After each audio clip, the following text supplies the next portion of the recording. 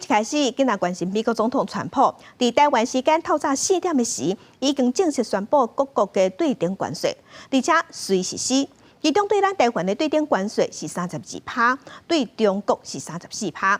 川普表示，新一轮的关税会拍开美国的黄金年代，要互美国搁一摆好业。就来提到伫世界各国扣无共关税税率大卡，台湾排伫咧第4个。美国总统川普伫台湾时间初三透早4点公布对顶关税政策，基准关税率是10%，立刻生效。讲安尼会互美国搁好业。American industry was reborn the day America's destiny was reclaimed, and the day that we began to make America wealthy again.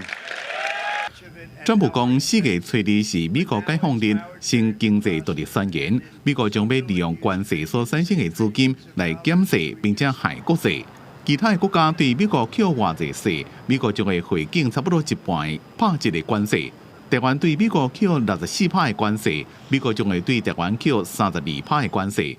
川普又搁讲到台湾抢走美国所有电脑加半导体晶片，另外对美国是扣34%的关税。Ultimately, more production at home will mean stronger competition and lower prices for consumers.